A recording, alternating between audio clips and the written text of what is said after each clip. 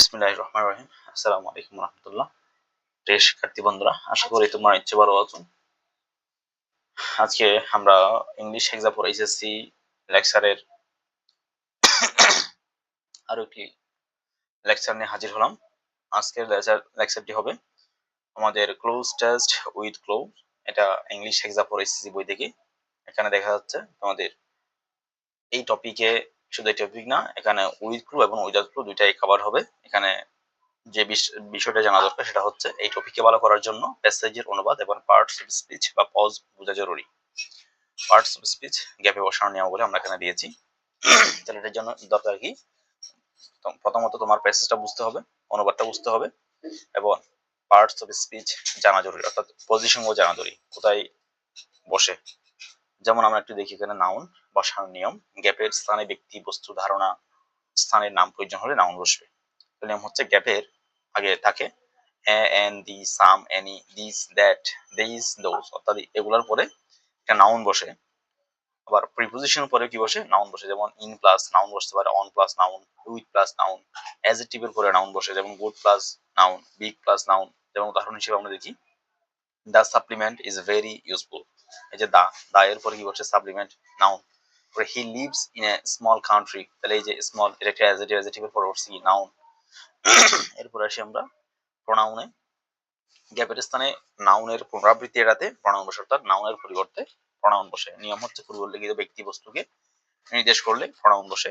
বার plus pronoun হতে পারে object হিসেবে, যেমন সি প্লাস হিম বা দেম। প্রিপোজিশন প্লাস প্রোনাউন হতে পারে অবজেক্ট হিসেবে। ফর প্লাস হার, যে কোনো একটা হতে পারে অবজেক্ট হিসেবে। তাহলে এখানে দেখো একটু, রহিম is my friend.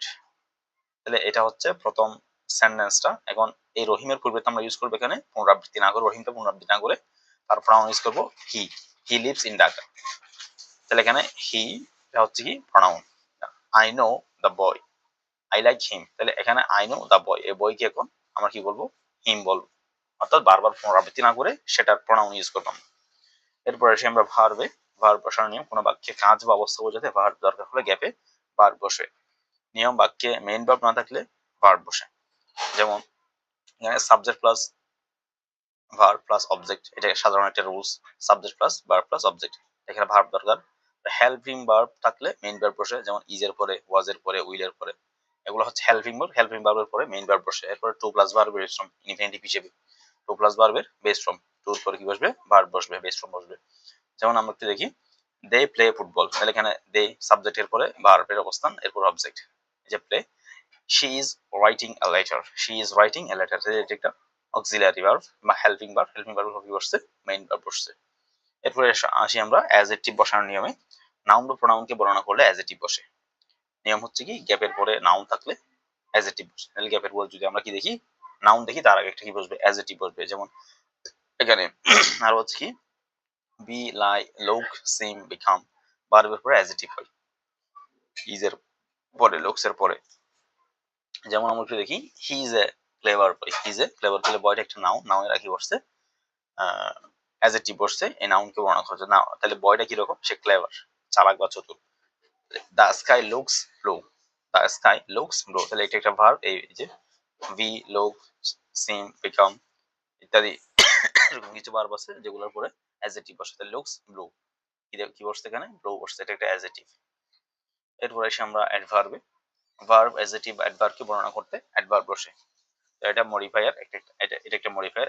Adverb ভার্বকে modify করতে পারে, অ্যাডজেক্টিভ করতে পারে, অ্যাডভার্বকে মডিফাই করতে পারে। নিয়ম হচ্ছে কি, ভার্বের পরে বেশিরভাগ অ্যাডভার্ব বসে, অ্যাডজেক্টিভের আগে বসে অ্যাডভার্ব বসে। ভার্বের পরে কি বসে? বেশিরভাগ অ্যাডভার্ব বসে, আবার অ্যাডজেক্টিভের আগে অ্যাডভার্ব বসে। যেমন এখানে ভেরি প্লাস, তারপর হচ্ছে কোয়াইট প্লাস, এগুলো একটা অ্যাডভার্ব।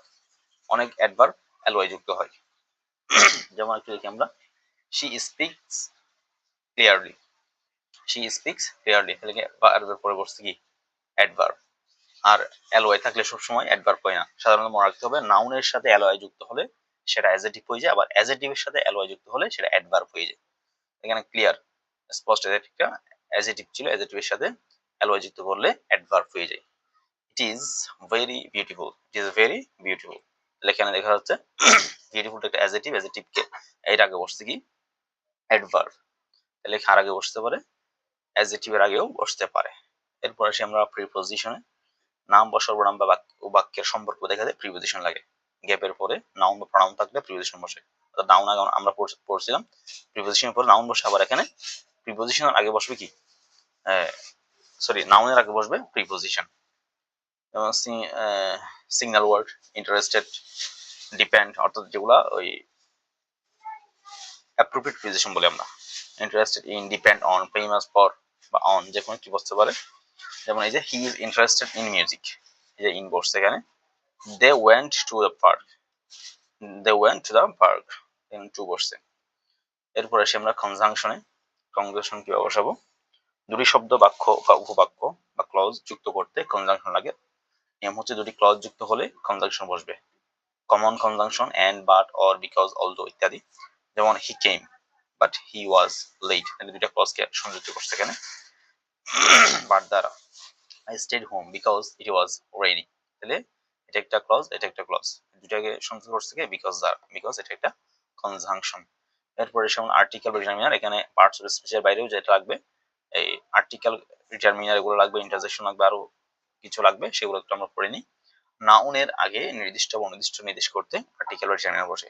নিয়ম হচ্ছে সিঙ্গুলার কাউন্টেবল নাউন এর আগে এবার এ এন দি বসে, তাহলে কি সিঙ্গুলার কাউন্টেবল নাউনের আগে এ এন দি বসে। তারপর পরিমাণে some, any, much, many, few, little, এগুলো পরিমাণ বোঝাতে ডিটারমিনার হিসেবে ইউজ হয়। কোনো কিছু পরিমাণ, some, any, much, many, few, little, এগুলো। যেমন দ্য বয় ইজ স্মার্ট, এটা একটা নাউন, নাউনের আগে কি বসছে, আর্টিকেল বসছে। এরপরে আই হ্যাভ মেনি বুকস, এই বুকস এর পরে আগে কি বসছে এখানে, ডিটারমিনার, মেনি, মেনি বুকস। এরপর আসি আমরা ইন্টারজেকশন বসানোর নিয়ম। হঠাৎ আবেগ প্রকাশে ইন্টারজেকশন বসে, যে ওয়াও, হোয়াট সারপ্রাইজ, ওয়াও এটা একটা কি interjection. Oh, I forgot the কি, এটাও একটা কি ইন্টারজেকশন। এরপর আসি আমরা পার্টিসিপল ভার্বের অ্যাডজেক্টিভ রূপ। এটা পার্টিসিপল ভার্বের অ্যাডজেক্টিভ রূপ, ভার্ব হয়ে কাজ করে কিন্তু অ্যাডজেক্টিভের জায়গায় বসে। কার জায়গায় বসবে, অ্যাডজেক্টিভের জায়গায়, নাউনের আগে।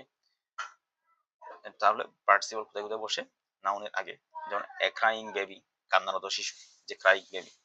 তারপর এ ব্রোকেন গ্লাস, ভাঙা গ্লাস। তারপর নাউনের পরে বসে রিডিউস বা সংক্ষিপ্ত clause, relative clause. The boy standing there is my brother, ওই দাঁড়িয়ে থাকা ছেলেটা আমার ভাই, তাহলে দ্য বয় স্ট্যান্ডিং নাউনের পরে বসছে এখানে। এটা রিডিউস করতে, অর্থাৎ এই ক্লজকে ছোট করে ফেলতে, এটাকে বড় করা যায়। তো এটাকে বড় বড় না, বড় করে না বলে আমি ছোট করে একটা ওয়ার্ডের মধ্যে বলে দিলাম। এটা হচ্ছে সংক্ষিপ্ত করে রিডিউস করা, ক্লজকে রিডিউস করে ফেলা। The boy standing there is my brother, ওই দাঁড়িয়ে থাকা ছেলেটা আমার ভাই। এরপরে আছে the book written by him is famous, তার লেখা বইটি বিখ্যাত। The book written by him is famous. এরপর আসে আমরা মেইন ক্লজের আগে বা পরে বসতে পারে অ্যাডভার্ব হিসেবে। যেমন walking along the route I saw him, walking along the route I saw him, রাস্তায় হাঁটতে হাঁটতে আমি তাকে দেখলাম। হি কেম রানিং, সে দৌড়াতে দৌড়াতে এলো। হি কেম রানিং, দৌড়াতে দৌড়াতে সে কি করছে এখানে, মেইন ক্লজের পরে বসছে, এটা আগে বসছে। এরপর এসে আমরা জিরান্ডে। জিরান্ড হচ্ছে ভার্ব সাথে আইএনজি, এজ নাউন, নাউন হিসেবে বসে। ভার্ব প্লাস আইএনজি কিন্তু নাউনের জায়গায় বসে। ওটা বসতো পার্টিসিপল বসতো অ্যাডজেক্টিভের জায়গায়, আর এটা বসে নাউনের জায়গায়। এটা কি হিসেবে বসতে পারে, সাবজেক্ট হিসেবে। যেমন smoking is harmful, smoking is harmful, ধূমপান ক্ষতিকর। এরপর অবজেক্ট হিসেবে বসতে পারে আই লাইক রিডিং, তাহলে এটা অবজেক্ট জায়গায় বসছে, আমি পড়া পছন্দ করি। Object of preposition, preposition object হিসেবে। যেমন he is fond of singing, is fond of singing, এই এই প্রিপোজিশনের অবজেক্ট হিসেবে বসছে, সে গান গাইতে পছন্দ করে। এরপরে আফটার সার্টেন ভার্বস, অর্থাৎ কিছু নির্দিষ্ট ভার্বের পরে বসে avoid, enjoy, stop, finish, suggest, mind ইত্যাদি। এগুলোর পরে কি বসতে পারে, আইএনজি বা জিরান্ড বসতে পারে। যেমন শি এনজয়স ড্যান্সিং, সে নাচ উপভোগ করে। এরপর বসতে পারে আফটার পসেসিভ, পসেসিভের পরেও জিরান্ড বসে। I like his singing, I like, এই যে হিজ এটা পসেসিভ, পসেসিভের পর কি বসছে, জিরান্ড বসছে। এবং কিসের কাজ করে, এটা আমাদের কাজ করে, আর গান গাওয়া আমার ভালো লাগে। এরপর আসে পাস্ট পার্টিসিপল। একটা প্রথম আমরা যেটা বলছি এটা হচ্ছে প্রেজেন্ট পার্টিসিপল, আর এটা হচ্ছে পাস্ট পার্টিসিপল। দুইটা কিন্তু পার্টিসিপল, একটা প্রেজেন্ট একটা পাস্ট। প্রেজেন্টটা হচ্ছে ভার্বের সাথে আইএনজি, আর পাস্ট হচ্ছে ভার্বের থার্ড ফর্ম। ভার্বের third form adjective, perfect tense passive ভয়েসে 3 জায়গায় বসে। তাহলে এই জিনিসটা কোথায় কোথায় ইউজ হয়? এটা অ্যাডজেক্টিভ হিসেবে বসতে পারে, তারপর পারফেক্ট টেন্স ওখানে বসে, পারবে টার্ম ফর্ম হিসেবে, তারপর প্যাসিভ ভয়েসে বসে। তাহলে অ্যাডজেক্টিভ হিসেবে a broken চেয়ার এটা কি হিসেবে বসছে? অ্যাডজেক্টিভ হিসেবে বসছে। তারপর পারফেক্ট টেন্সে have, has, had plus verb 3, যেমন I have finished my work, আমি আমার কাজ শেষ করেছি। প্যাসিভ ভয়েস হিসেবে be plus be three, the door was closed, এই যে বিভার, তারপরে ক্লোজড দরজাটি বন্ধ করা হয়েছিল, এটা প্যাসিভ ভয়েস। রেডিউস ক্লজ অর্থাৎ ছোট করতে, the letter written by him is important, the letter written by him is important, তার লেখা চিঠিটি গুরুত্বপূর্ণ। এখানে রিডিউস ক্লজ হিসেবে বসছে এখানে, অর্থাৎ ক্লজটাকে ছোট করার জন্য। এরপর আসি আমরা গ্যাপ পূরণের ট্রিক্স। আগে পরে শব্দ দেখে পজ ঠিক করো, অর্থাৎ পার্টস অফ স্পিচ ঠিক করো, অর্থাৎ কোন পার্টস অফ স্পিচ ওখানে বসবে ওই গ্যাপের মধ্যে। এরপর মেইন ভার্ব আছে কিনা দেখো, না থাকলে মেইন ভার্ব বসবে। প্রিপজিশনের পরে নাউন বা প্রনাউন বসে, বি ভার্ব প্লাস অ্যাডজেক্টিভ হওয়ার সম্ভাবনা বেশি যদি থাকে। নাউনের আগে অ্যাডজেক্টিভ, অ্যাডজেক্টিভের আগে অ্যাডভার্ব, সিকোয়েন্সটা মনে রাখবে, নাউনের আগে অ্যাডজেক্টিভ আর অ্যাডজেক্টিভের আগে অ্যাডভার্ব, আর অ্যাডভার্বের আগেও ভার্ব বসে ম্যাক্সিমাম সময়, এটাও খেয়াল রাখতে পারো। অর্থ মিলিয়ে দেখো অর্থ মিলে আছে কিনা। ক্লজ দুটি হলে কনজাংশন লাগবে, অর্থাৎ গ্যাপের মধ্যে কি বসবে? কনজাংশন বসবে। তাহলে এইটুকুই ছিল আমাদের বেসিক আলোচনাগুলো। এগুলোর উপর ডিপেন্ড করে আমরা আমাদের প্র্যাকটিসগুলো ইনশাআল্লাহ করতে পারবো। তো এটার জন্য আরো গুরুত্বপূর্ণ যেটা, সেটা হচ্ছে আমাদের অর্থ জানতে হবে। অর্থাৎ এই যে প্যাসেজটা, এখানে একটা প্যাসেজ দিয়ে আছে, প্যাসেজের অর্থ জানতে হবে। এই যে আমরা এখানে আমাদের বইয়ে অর্থটা দিয়েছি, অর্থটা সাথে সাথে এখানে যে জায়গায় এ নাম্বারের উত্তরটা হচ্ছে যে এখানে হু বসছে, হুর উত্তর এখানে এই যে, তারপর হচ্ছে এখানে বসছে বি নাম্বারে গোয়িং, এই যে যাওয়া, যাওয়া, তারপর ওয়েস্ট, সি নাম্বারে এই যে অপচয়, এটা সহ ইন্ডিকেট করে দেওয়া আছে এখানে, উত্তরটা এখানে দেওয়া আছে সাথে।